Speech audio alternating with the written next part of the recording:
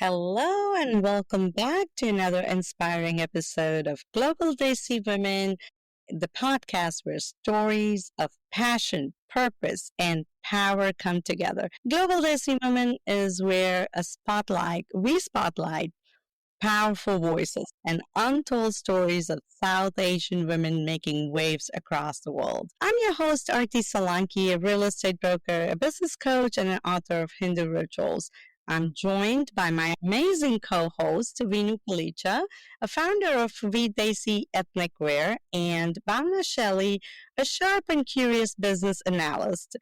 And today's guest is truly someone who defines what it means to live a vibrant, purpose driven life from hospital halls of MD Anderson to the bright lights of runway. She's a woman of many layers. She's a board certified integrative medicine physician's assistant, a fashion and lifestyle influencer, a model, a former Desi Radio Jockey, community emcee, a pageant title holder. I mean, I can go on and on and on and on, all while being a very proud mom of two. So that's like an awesome person with who wears many hats. And trust me, when you look at her, she's got everything well put together. It's like amazing. I don't know how you do it all, but let's welcome Chandni Pal to our show. We are all so excited to learn about your journey, and it's going to be so inspiring. So, Chandni, first of all, I welcome you to the show, and I want to say that I know, like my introduction said it, like you do so many things, and yet it feels like, oh my God, you have everything put so well together. It's amazing. Tell us, how do you do all of this? Thank you guys. First of all, thank you for that amazing introduction. I feel like the way you described it, I was like, is she talking about me? Like, I was like, you're just making it sound so much more than what I do, and I really appreciate it. And hello to our lovely audience. And again, thank you, ladies, for having me on your amazing show. I was just delighted. I literally, when you texted me and we were, chatting about this show, I was like, oh my God, this is so exciting. Just the name, the Global Desi Podcast. I was like, this is awesome. Just having this platform is so amazing. And so thank you guys for creating a space where women can share their stories and shine. It's such a powerful tool for women and empowerment. And I'm truly honored to be here. So thank you for inviting me.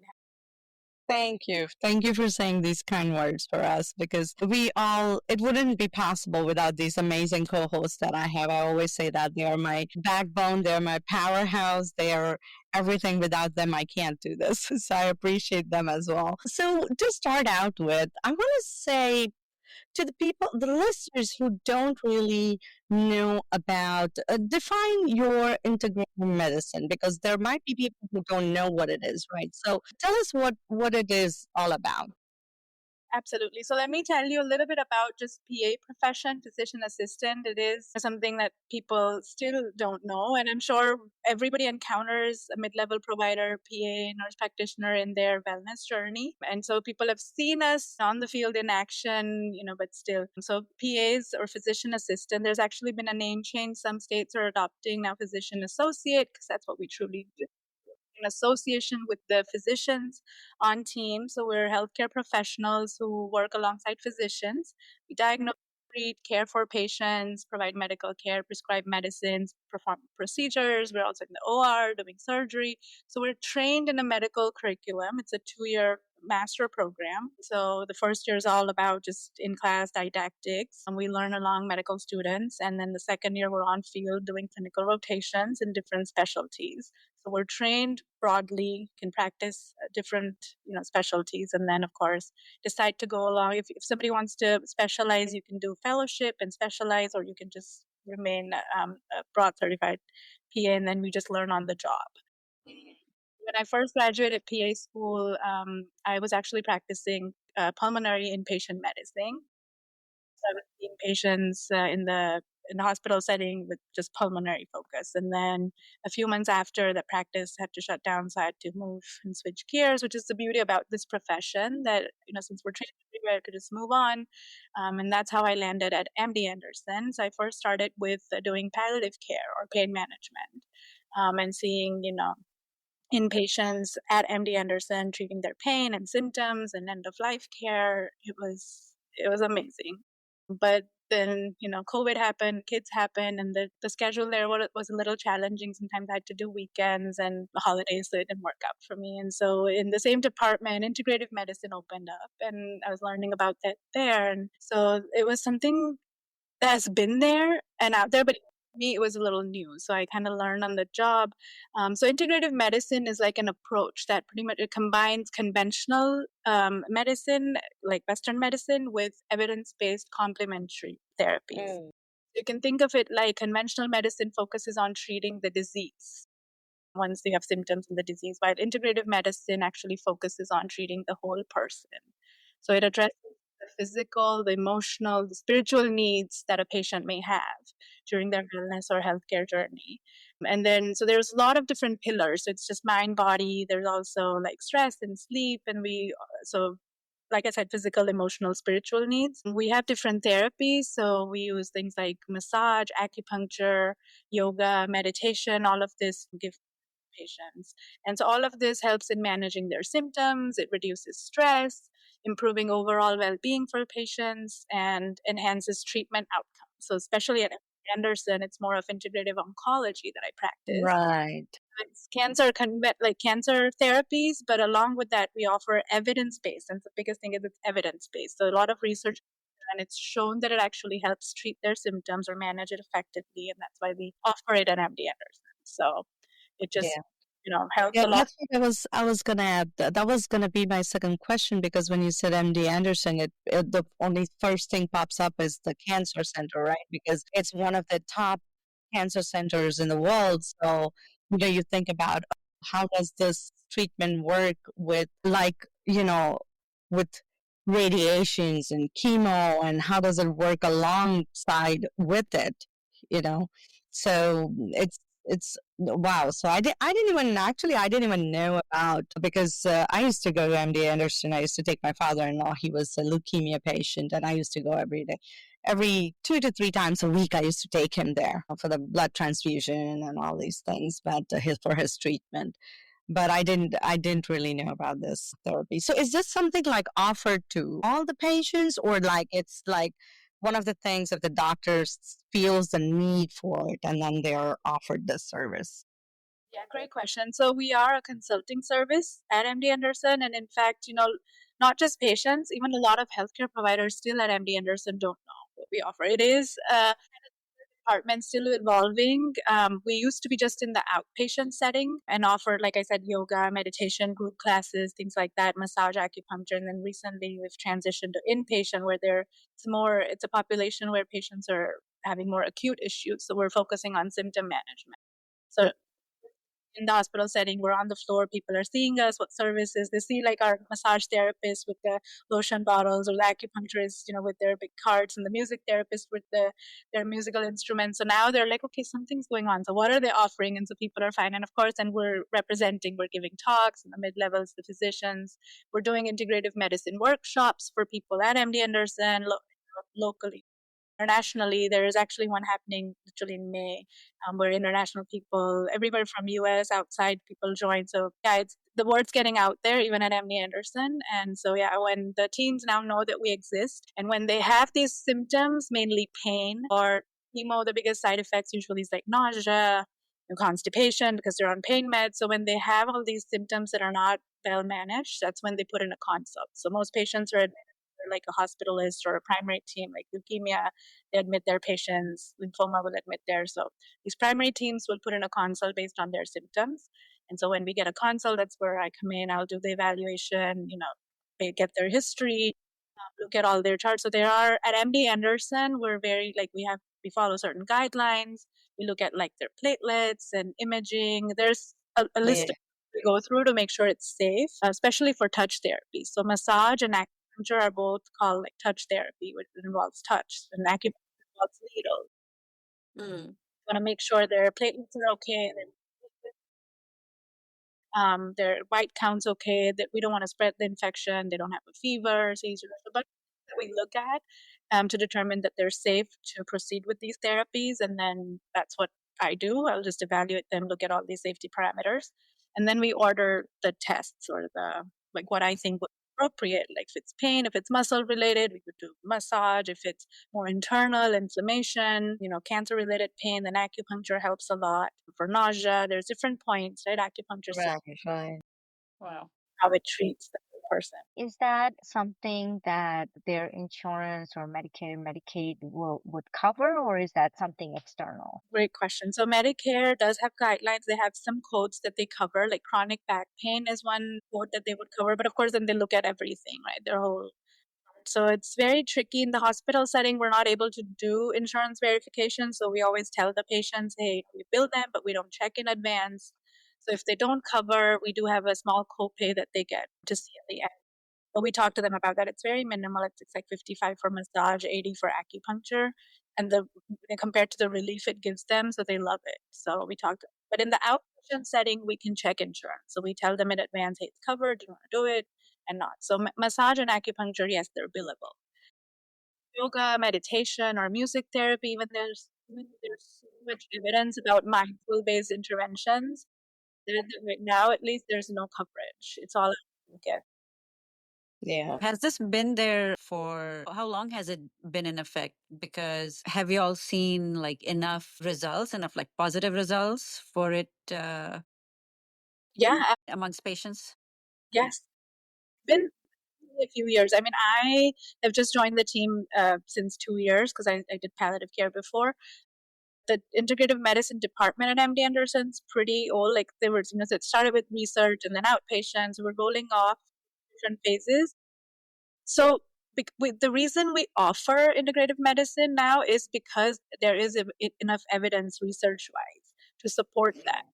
Okay. Yeah, so these researches have been done at various institutes in America, outside, China, Korea, other places. And so there's so much data out there that supports that these things work effectively to manage symptoms. Because this is something new I learned today. I did not know about this. Yeah. So have you heard any misconceptions about it that you want to clear it up today? Sometimes we do, although it's so, like I said, these therapies, like massage in general, everybody knows about it. And it's like every time I bring up massage to my patients, they're like, oh my God, like you're a magician. Thank you. I want a massage. So they usually know what it's like. But because it's a cancer hospital, the setting is different. If they have these tumors at various places where we can't do massage or we can't do deep massages. So sometimes a massage is like a deep tissue massage or like you would do lymphedema. So there's sometimes they have these misconceptions or maybe biases because they compare this to like a spa massage. So then that is where we're a little different because we have different techniques, just keeping our population in mind. So just giving them an explanation. Hey, if you're expecting like a spa massage, that's not how it is. It will be more like therapeutic, different techniques, kind of like that. And acupuncture, they hear needles because it does involve tiny needles that they put. There's like 30, 50, 40 needles that they put in. They look at these videos or they read about it and they're like, oh my God, like, no, I don't want to be poked anymore. They're undergoing so many treatments and blood draws and this. So they're like, needles, it's painful. I don't want to do it. So just talking about that more. These needles are very fine. They're literally like how thin our hair strand is. So that I tell them that, it's not painful at all. It literally just touches the surface of your skin. It's not painful. In fact, it's very relaxing. So the biggest thing my patients will tell me after getting the first acupuncture is like, this was the most relaxing thing ever. They fall asleep, even with needles. Let's take a quick break. Hi, this is Rahul, host of the Bearded Mystic Podcast. Subscribe to this podcast as I dive deep into the philosophy of non-duality within Hinduism. I speak about the teachings of the mystics from numerous traditions. There's guided meditations, and currently I'm giving my thoughts on the Bhagavad Gita. Come and join me. Subscribe right now to the Bearded Mystic Podcast, available on Apple Podcasts, Spotify, and wherever you're listening now. Wow. Yeah, I would be scared hearing about the needles too. I would be like, I don't want to do it. So on orientation, when I was actually seeing it, they were like, "Do you want to try it?" I'm like, "No, I'm okay." Like I didn't saw how thin they were, but it looked pretty intimidating, but it's not. So things like that you just need to give them the information, the education, and then they love it. Good. Any kind of other than the allopathy, the Western medication, does your department also provide some sort of like a natural remedies or any of those kind of things, or is just purely just making them comfortable? Right. That's where the bridging is. So, like, integrative medicine is a little bit different than like lifestyle medicine, or or homeopathy and things like that. So, while there is a lot of research that actually even our department's doing, like medicinal mushrooms, for example, it's big. There's so many mushrooms these days have so much cancer prevention properties, protection, a lot of good effects on our body. So patients, a lot of times they ask us this about supplements, and there's so much out there. If you put in cancer and like herbs and supplements, so many things come up. So we counsel them, but it's all still in the research phase. So like I said, integrative medicine, the difference is it has to be evidence based. But when there's enough data to roll that out is when we will. So right now we don't actually recommend any herb supplements, especially when they're on active treatment, because some herbs and supplements do interact with chemo. So Chemo. Yeah. yeah, the research they'll just see, okay, hey, this green supplement or this powder or this is good, like vitamin C infusions they talk about these days, and turmeric supplements in higher concentration, things like that. So I'm like, yes, all of that is good, but just basic examples. So like sometimes these supplements, if they're packed in high concentrations, they release a lot of antioxidants, which is supposed to be good for our cells. It protects the normal cells, but it also can feed the cancer cells, right? Because these cells are also on these nutrients. So you don't want to give them something in excess, right? So that's when we tell them, hey, just focus on plant diets, whole plant diet, whole food based approaches. So we do a lot of lifestyle counseling, especially. So I have a half day clinic Tuesday, and my coworker does it on Wednesday, and that's where we actually see a lot of even survivorship patients. So that are done with treatment, and then now they're just in surveillance or survivorship mode. We see those patients there, and that's where lifestyle plays a role because yeah, they're doing everything right, but if you're not making the pertinent lifestyle changes, then there is a risk that the cancer would always come back. So just making sure they're focusing on their diet, they're doing the recommended exercise, the sleep, stress, all this everybody knows, but just the nuances, the little bit details, keeping them on track, all that's very important. So we follow, these various organizations like American College of Lifestyle Medicine, their guidelines. We go through that with the patients. Something that I work with my patients is something called smart phrases. So in general, for us on a day, we know it's good to eat healthy and to exercise and to sleep 6 hours, 8 hours, and every like January 1st we make a goal, right? I'm gonna lose this much amount this year. I'm gonna lose weight, or I'm gonna go to the gym, or I'm gonna do yoga. But it's a broad goal, and then sometimes you don't know where to start. You just go the first few days, do it, and then you're burned out. It doesn't stay. So the way to do it is that's what we focus on with our patients. Of course, identify the barriers, what's causing them to not keep it consistent. And so we do smart phrases. It's called a SMART goal, really. So it's something smart. It's like an acronym. So it stands for specific, measurable, achievable, relevant, and time bound, right? Has to be specific. You should be able to measure it, the outcomes. You should be able to achieve it, keep it, align it with your values, needs, and then time bound. So instead of saying I want to be healthier, smart goal would be I will walk for 30 minutes 3 times a week for the next 3 months.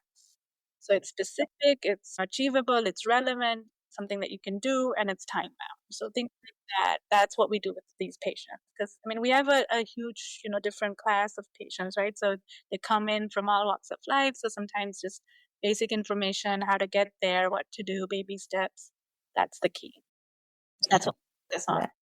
Yeah. So do you have like a go-to holistic practice or tool that you recommend for stress relief or, just for like an emotional balance? So one thing that's evidence-based is yoga, right? Yoga and meditation, we know it goes back thousands and thousands of years. It's been practiced for mindfulness. So a lot of the Society of Integrative Oncology or American Society of Cancer Oncology, these institutions that have come up with these guidelines, they advocate a lot for mindfulness-based interventions. And so yoga and music therapy are the two therapies that are out there and that are backed by evidence, and it's shown how much, like, just music and yoga, everybody knows, like music, just simple thing, we listen to it, when you're sad or you're stressed, just listening to music does so much. But the evidence that's behind that and the amount of improvement in symptoms, or just the way our body, like, we've seen some scans, they're actually scanning patients' brain when they're listening to music. The way brain processes music is so amazing. So, that. And then there's certain ways that our music therapist goes to the patient's rooms, or virtually if they're doing it outpatient. They do literally music guided meditation. So they'll play string and do instrument and play and sing in a way that it's actually meditating. Things like that. Yoga, we think yoga, it's not just the yoga poses and the stretching. It's more meditation, just breath work, that awareness, and a lot of And I things. think that is so much important especially for the cancer patients, right? Because they're already going through so much emotionally, physically, and for them to have that just calmness and just concentrating on their breathing makes them so much. I guess it kind of like relieves their stress just by doing that for a few minutes and just being at the peace, because it's so stressful going through all this. Exactly. And it not just manages their symptoms, their anxiety and depression or whatever stress they're going through, but the biggest thing it actually does, that I've noticed is they offer them a sense of control. When somebody is diagnosed with something so life-changing, they feel like they've lost everything. Like their whole life is upside down. They don't have control over their schedule, their life, little things. There's something like this that when they're doing that, they feel like they're controlling something, their mind. So it kind of gives them that sense of control over their illness. And that helps them a lot to navigate this complex journey. So I feel like that's a very strong, pillar right there that they should take advantage of. And it's unfortunate that it comes with a cost right now. So a lot of patients are not able to take advantage of that. So we're working and trying every day to come up with like funding and projects and programs that we could provide this to our patients at no cost. That would be amazing. Yeah. So do you see the future of healthcare evolving, especially in this term, with the Eastern and Western approaches? How do you see it? Do you see it like really evolving? Do you see it like a lot of changes, people accepting it? That they are. There's a lot of, every time we talk about just integrative medicine, Bhavana asked about, other therapies or homeopathy, naturopathy. Everybody asks that they're getting this disease, sadly, is becoming so common these days. It used to be a disease of the old. We used to see it so later in life, and now because of the lifestyle, I don't know, stressors, epigenetics, whatever it is, it's becoming so common that even young patients are getting it. Like my patient panel has become from a 70-year-old average or 60s now to like 30s and 20s. And when I see these teens and PD patients, we have a whole floor which is just pediatric cancer patient, and it's just so sad. Becoming so, sooner and sooner the age of onset that people are starting to think, what's going on? They're Googling, they're searching, what can we do to prevent this?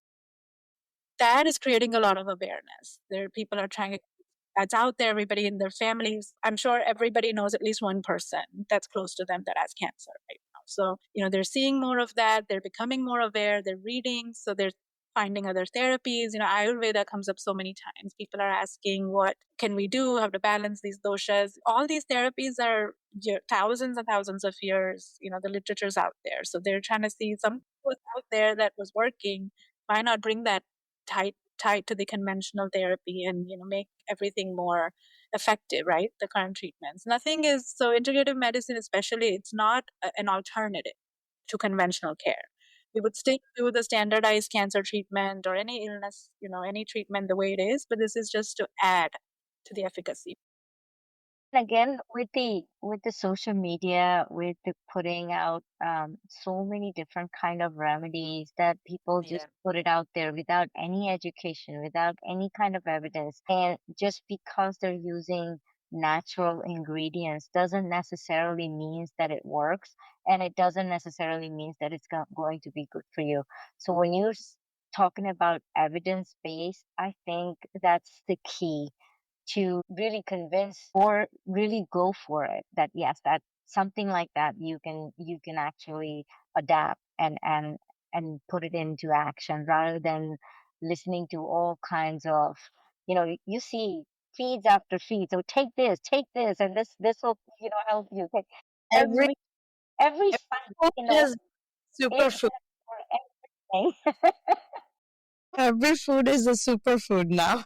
Yeah, every food is superfood. Every spice is a super spice, and it's supposed to cure everything, and everything that has to be taken empty stomach. So God knows how many stuff we can take at empty stomach. So I think someone like you who are, looking at all that holistically and evidence based, that does make a difference in this whole net of wrong information or just too much unnecessary information. You're absolutely right. That is the biggest challenge we sometimes face, especially in the younger population, right? Like I'm saying, the age of onset become young. When these young people come in with this, they literally, I have like printouts, and they're like, okay, this is the supplement for this and this and this and this, and I'm like, well, just take a sip. Just think about how much you put it in your body, how you can process all of this. So it's like video will show them about this supplement or this, you know, exactly what you said. The information's out there, but how to process it, how to make sure it's not affecting their standard therapy. There are other comorbidities. If you have if you have diabetes or if you have high blood pressure, some of these may kind of affect that. So they need to get the big picture and not just go by the viral TikTok videos out there. So that's exactly where we come in. So we provide them this evidence-based knowledge and kind of help them navigate all of that. Yeah.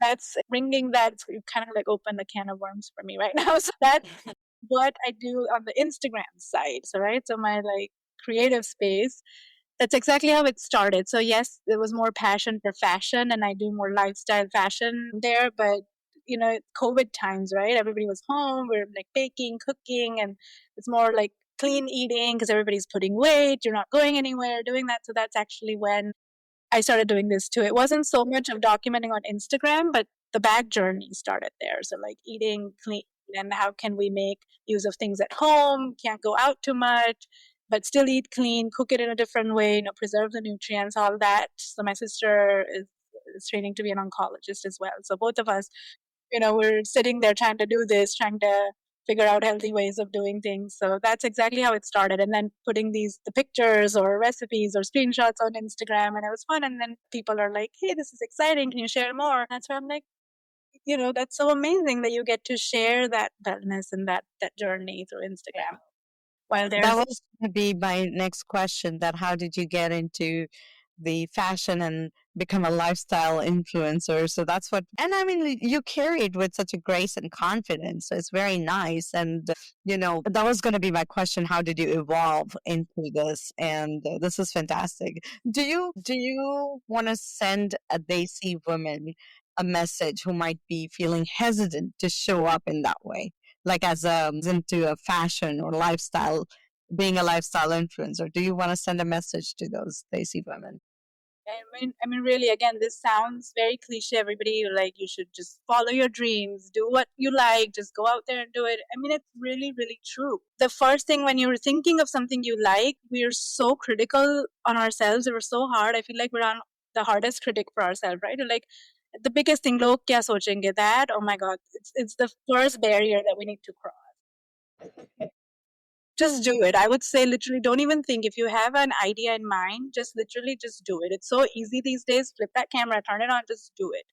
And you know what happens? What I've noticed is, yeah, there may be people who are looking at you with weird faces, but there's so much support that comes from unexpected places. It's not always the closest friend circle, they would probably be your biggest critic, but it's the other people that are like strangers or acquaintances, and they become invested in your journey. And their enthusiasm, their pride is what's truly inspiring. Like for me, when I started posting these little things, and like I said, it wasn't big documentation at the time. It was more just for friends and family. But these messages I used to get, I said, this is so amazing. You should do more. It was so motivating. That kept me thinking, okay, maybe I do have it in me. Why don't I just do it? And so, right, kids and COVID happens. I had to kind of stop my radio journey. I was networking, socializing, out there, hours of music, Bollywood. And then when kids and COVID happened, that whole few years, it was like something was missing inside of me.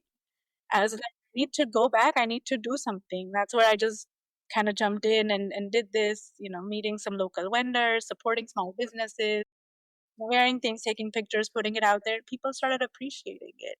They're like, Yeah. your style, you should do more. I got calls. They're like, hey, I have this wedding to go to. What do you think this would go well with? So like styling questions, grooming questions. I'm like, okay, maybe I do. Sometimes they see what's in you before you see it. So just put yourself out there, just go for it. If it works, if it's taking you somewhere, good. If not, at least you've tried. Like they say, right? The only journey that's difficult is the one that you never begin. So if you don't start, Yep. you don't know where you're gonna end. And But how do you balance it all? That is, Your work and, because your weekends must be pretty busy with kids and work and your weekend events. yes, it is. Sometimes it becomes overwhelming. It's not that easy, especially with young kids and a full-time job. Like women today, everybody, we all wear different hats, so many hats in different capacities. We can all do it. It's challenging, but I remind myself why I do what I do. What brings me that joy? What brings me that pleasure? So that reminder will just make me go. For me, that having a mental to-do list, okay, when I wake up first thing in the morning after my little prayer, I'm like, okay, what do I have to do today? And just the mental planning. This hour I'm going to do these, just that mental planning and that whole to-do list, I think just makes me go. Just balancing it, priority, and then ask for help. A lot of people sometimes they don't. They want to do it all. They don't ask, delegate, especially women. I feel like they want to do it all. Use the resources, use everybody around you, and just manage your time appropriately. I think you can do it all. yeah, yeah, absolutely. It's so true. It's so true. And I heard about the amazing success of your the Bollywood Garba night. You had over 500 people and completely sold out in 2 days.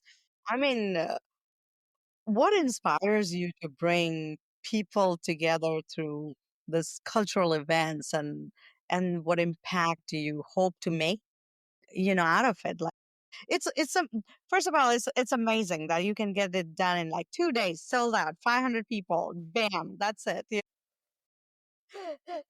It is. But how do you come up with things like that? So that I would say that's just my passion for community service. That's a whole different thing. I feel like we get so much because I do network. I like to meet people and get the help. So I've gotten that when I need it. People are there for you. They help you, and so I'm like every little chance that I get to give back to the community, I feel like that's just gratifying, right? It's satisfying. So community events is my thing. I just love to bring people together. It doesn't have to be a big platform, a big event, even little things. Where I live in the community, I do like a Thanksgiving potluck, literally like 10 neighbors. Nobody wants to set up a date. Nobody wants to book the venue. I'm like, here, this date, this time menu, here's it, bring 2 items, come. 15 families showed up. And every year I get a message, well, could you do this again? That was so amazing. We just need somebody to do it. Yeah. People just need to be, brought out of their comfort zones. I love doing that. I'm like, they just want to do it. And so just giving back to the community, doing something for the community gives me a lot of pleasure. Next time add me to the list of whatever you want to. Thinking about that event is with somebody today. So yes, it may. I'll definitely I'm half with Jew and Bengali and Gujarati. My mom's a Patel. I'm grown in India, Ahmedabad, India. And so Garba, I feel like, is in my blood. Yes. Definitely. My husband, if they ever take my blood for a sample, they'll find Garba for sure. Naturally. So we have so many Garba events here, and I go to them all, and they're amazing.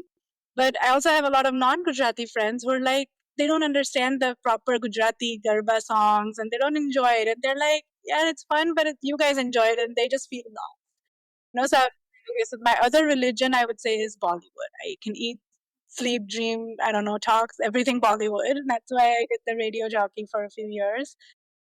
But so I was like, why don't I combine the two, the Garba and Bollywood? So what we did was we took a lot of Bollywood songs, popular Bollywood songs, and we set them on the tune of Garba songs. Garba beats, Bollywood lyrics, so everybody could relate. That's what sparked everybody's interest. When I put that flyer out, they're like, Bollywood Garba, we've never heard this. Like, what is it? And people texting me, asking me, and I started telling them this is what we're thinking. And the word just spread. Everybody was like, oh my God, this is amazing, like something that's not been done here.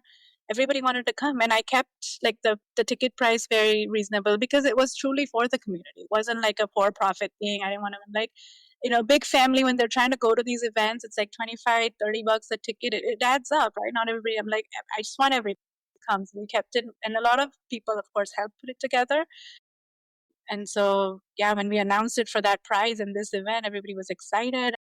It was supposed to be a 250 people event because it was my first time doing it. I didn't know how it would go. Yeah. I picked a very small venue and I was like, if it happens, at least we can fill, it with 250 people. And like in a few days, they're like, more tickets. Can you open more? Can you? But I'm like, the fire marshal's going to get a hold of me. I can't have more than 500 people. But we ended up with so much more. And the organization, the next year, they're like, come do it in collaboration with us. We'll open it. We'll do a bigger venue. We want to do it. Everybody had fun. So it was an amazing experience. That's very nice. That's very nice. That's women power right there, I would say. So, Chandi, is there any word of advice you want to give to the young Desi women who this is such an inspiring story for all of us, right? That you have so many things under you, right? You have your medical field, you have your influencer field, you're still working towards giving back to the community. You did the radio jockey, like there are so many things under your belt. So is there anything that you want to say to the Desi woman who's even hesitant to start one part of the journey, right? Because a lot of time, especially being a mom, it's hard to manage everything. And so what advice do you want to give to the women who wants to maybe start one thing? I know we talked a little bit about it, but let's hear it. Yeah, no, again, just go for it. I would say just explore your passions. There's one thing that's within everybody. You just need to identify it. So just reflect sometimes, see what makes you happy, and just explore your passions and prioritize self-care. I think a lot of times when you're just prioritizing self-care, it opens up so many channels, and then you can explore it easily.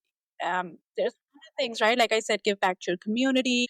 It doesn't have to be just by doing events or big things, big names, little things, volunteer at something local, organize small events, potlucks, just meetups in your own neighborhood, simply just be there for your friends and family, if nothing else.